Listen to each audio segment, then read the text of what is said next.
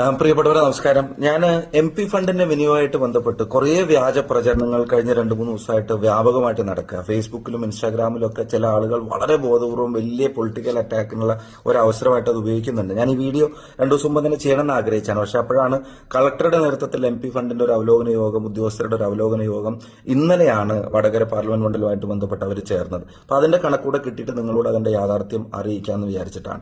ഒരു കാര്യം ആമുഖമായിട്ട് പറയാൻ ആഗ്രഹിക്കുന്നത്, കളക്ടറേറ്റുകളിൽ വരുന്ന അലോക്കേറ്റഡ് ഫണ്ട്, ഗവൺമെന്റ് അലോക്കേറ്റ് ചെയ്യുന്ന ഫണ്ടിലേക്കുള്ള പ്രപ്പോസലാണ് MP കൊടുക്കുക.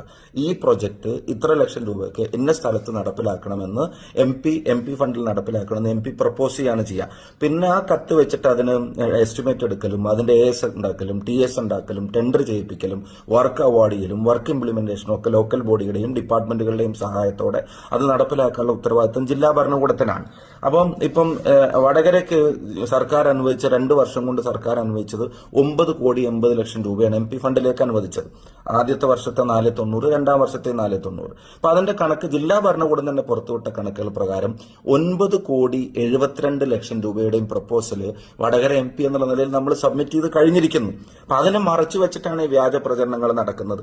9,72,00,000 രൂപയുടെ പ്രപ്പോസലും നമ്മൾ സബ്മിറ്റ് ചെയ്ത് കഴിഞ്ഞു. 212 പ്രൊജക്ടുകൾക്കാണ് നമ്മൾ പ്രപ്പോസൽ കൊടുത്തത്. അതിൽ 144 പ്രൊജക്ടുകൾക്കാണ് എസ്റ്റിമേറ്റ് ഇതുവരെ ആയത്. 73 പ്രൊജക്ടുകൾ KS ആയി.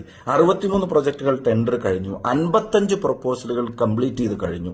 നിരവധി പ്രൊജക്ടുകൾ ഓൺഗോയിങ് ഉണ്ട്. ഇപ്പൊ കംപ്ലീറ്റ് ചെയ്ത പ്രൊജക്ടുകൾക്ക് വേണ്ടി ഗവൺമെന്റ് നമ്മുടെ ഫണ്ടിൽ നിന്ന് നീക്കിവെച്ച തുക തന്നെ, നീക്കിവെച്ചത് 9,72. ഇപ്പൊ അനുവദിച്ച തുക തന്നെ, അവർ വിനിയോഗിച്ച തുക തന്നെ ആയിട്ട് ഇന്നലത്തെ യോഗത്തിൽ പറയുന്നു 1,57,50,000 രൂപയുടെ അനുവദിച്ചു കഴിഞ്ഞു എന്നാണ് കളക്ടറുടെ യോഗത്തിൽ തന്നെ അവർ പറയുന്നത്. അതിന്റെ ഔദ്യോഗിക പത്രക്കുറിപ്പ് അവർ പുറത്തിറക്കിയത് ഇതിനോട് ലിങ്കായിട്ട് ഞാൻ കൊടുത്തിട്ടുണ്ട്. ജില്ലാ ഭരണകൂടം പുറത്തിറക്കിയതാണ്. സമയം കിട്ടുകയാണെങ്കിൽ അതും കൂടെ നിങ്ങളൊന്ന് വായിക്കണം. അതിന്റെ കൂടെ വെലങ്ങാട് നമ്മുടെ കോൺസ്റ്റിറ്റ്യുവൻസിയിലാണ്. വയനാട് ദുരന്തം നമുക്ക് എല്ലാവർക്കും അറിയാം. ഈ 2 ദുരന്തങ്ങളിലും പിന്നെ പുനർനിർമ്മാണ പ്രവർത്തനങ്ങൾക്ക് MP ഫണ്ട് അനുവദിക്കണം എന്ന് പറഞ്ഞാൽ 50 ലക്ഷം രൂപ നമ്മൾ അതിനും അനുവദിച്ചതാണ്. അത് ഗവൺമെന്റ് അക്കൗണ്ടിലേക്ക് പണം MP ഫണ്ടിൽ നിന്ന് ട്രാൻസ്ഫർ ചെയ്ത് കഴിഞ്ഞതുമാണ്. അതുപോലും ഈ കണക്കിലേക്കൊന്നും കൊണ്ടുവരുന്നില്ല. അപ്പൊ ബോധപൂർവം ഈ 4% കണക്ക് പറഞ്ഞിട്ട് അപമാനിക്കാനുള്ള ശ്രമം നടത്തുന്നത് ചിലർ പൊളിറ്റിക്കൽ മോട്ടിവേറ്റഡ് ആണ്. അത് രാഷ്ട്രീയമായിട്ട് എങ്ങനെയും അപമാനിക്കാൻ കഴിഞ്ഞ കുറെ ആയിട്ട് അതാണല്ലോ നടന്നുകൊണ്ടിരിക്കുന്നത്. പക്ഷെ അത് വിലപ്പോവില്ല. ജനങ്ങൾക്ക് ഇതിന്റെ യാഥാർത്ഥ്യം തിരിച്ചറിയണം എന്നുള്ളൊരു അഭ്യർത്ഥനയോട് കൂടിയാണ് ഈ കണക്കുകൾ മുന്നോട്ട് വെക്കുന്നത്. എന്റെ മാത്രം കാര്യമല്ല, ബാക്കി MP മാരുടെ കാര്യം നിങ്ങൾ ആലോചിച്ച് നോക്കുക. ഇപ്പൊ രാഘവേട്ടനെ സംബന്ധിച്ചും ETയെ സംബന്ധിച്ചൊക്കെ ഇങ്ങനെ വ്യാജ പ്രചരണങ്ങൾ നടക്കുകയാണ്. ഞാൻ അവിടെ നോക്കി, രാഘവേട്ടൻ 254 പ്രൊജക്ടുകളുടെ പ്രപ്പോസൽ കൊടുത്താണ്. ET ഏതാണ്ട് 155 പ്രൊജക്ട് പ്രപ്പോസൽ ഓൾറെഡി കൊടുത്ത, അതിന്റെ നിർമ്മാണ പ്രവർത്തനങ്ങൾ പൂർത്തീകരിച്ചതും നടന്നുകൊണ്ടിരിക്കുന്നതൊക്കെ എങ്ങനെയുണ്ട്. ഈ ഫണ്ട് വിനിയോഗിച്ചു എന്ന് പറഞ്ഞതിന്റെ ഒരു സാങ്കേതികത്വം അതൊന്നും നിങ്ങളുടെ ശ്രദ്ധപ്പെടുത്താൻ വേണ്ടി പറയാം. ഇപ്പം ഒരു ഹൈമാസ് ലൈറ്റ് ഒരു സ്ഥലത്ത് കൊടുക്കാൻ തീരുമാനിച്ചാൽ അവിടുത്തെ പഞ്ചായത്തിന്റെ NOC, അതുപോലും ചിലർ, എല്ലാവരും ഞാൻ പറയുന്നില്ല, രാഷ്ട്രീയത്തിന് അതീതമായിട്ട് NOC പെട്ടെന്ന് തന്ന നിരവധി പഞ്ചായത്തുകളുണ്ട്. പക്ഷെ ചിലർ ആ തീരുമാനം എടുക്കാതെ അത് വൈകിപ്പിച്ചിട്ടുണ്ട്.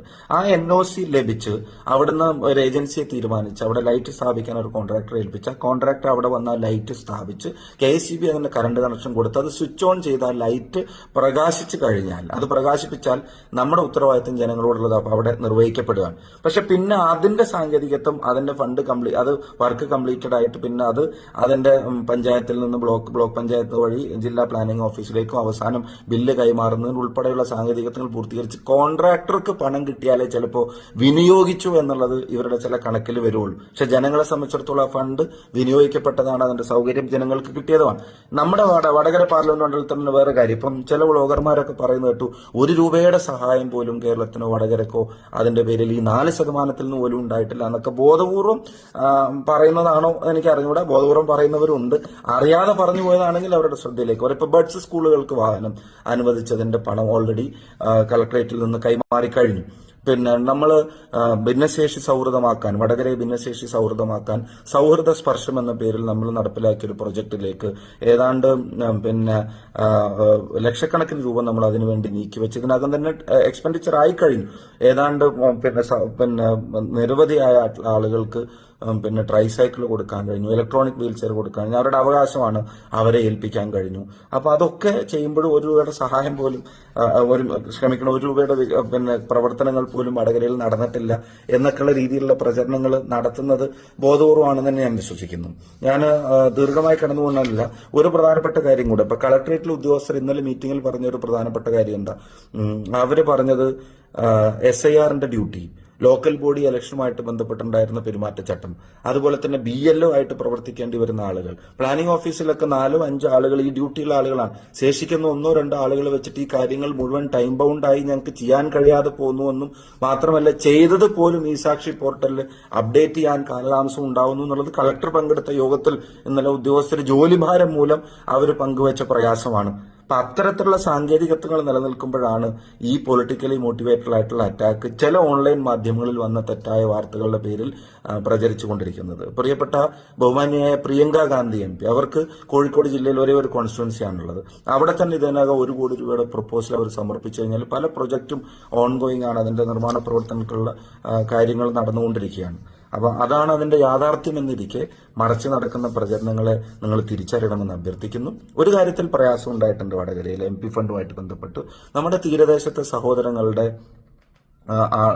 ഒരു പ്രധാനപ്പെട്ട പ്രശ്നം അപകടങ്ങളിൽ അവരുടെ റെസ്ക്യൂ പ്രവർത്തനങ്ങൾക്ക് എത്താൻ മതിയായ സംവിധാനങ്ങളില്ല എന്നുള്ളതാണ് അവരുമായിട്ട് സംസാരിച്ചപ്പോൾ. അപ്പൊ അതിനുവേണ്ടി 5 റെസ്ക്യൂ ബോട്ടുകൾ കൊയിലാണ്ടി, വടകര, തലശ്ശേരി അവിടുത്തെ തീരദേശത്തെ ജനങ്ങൾക്ക് വേണ്ടി അനുവദിച്ചതിന്റെ റെക്കറിംഗ് എക്സ്പെൻസ് MP ഫണ്ടിൽ നിന്ന് മീറ്റ് ചെയ്യാൻ കഴിയില്ല എന്ന സാങ്കേതികത്വം ഉള്ളതുകൊണ്ട് സംസ്ഥാന സർക്കാരിനോടും ഫിഷറീസ് ഡിപ്പാർട്ട്മെന്റിനോടും അതിന്റെ മന്ത്രിയോട്, ഡയറക്ടറോട്, സെക്രട്ടറിയോട് ഉൾപ്പെടെയുള്ള ആളുകളോട് സംസാരിച്ചു. പല ലോക്കൽ ബോഡികളോടും സംസാരിച്ചു. വടകര മുനിസിപ്പാലിറ്റി ഒരു ബോട്ടിന്റെ റെക്കറിംഗ് എക്സ്പെൻസ് മീറ്റ് ചെയ്യാമെന്നും അടുത്ത വർഷത്തെ പുതിയ പ്രൊജക്ട് പ്രപ്പോസൽ അത് ഉൾപ്പെടുത്താമെന്ന് അവർ പറഞ്ഞിട്ടുണ്ട്.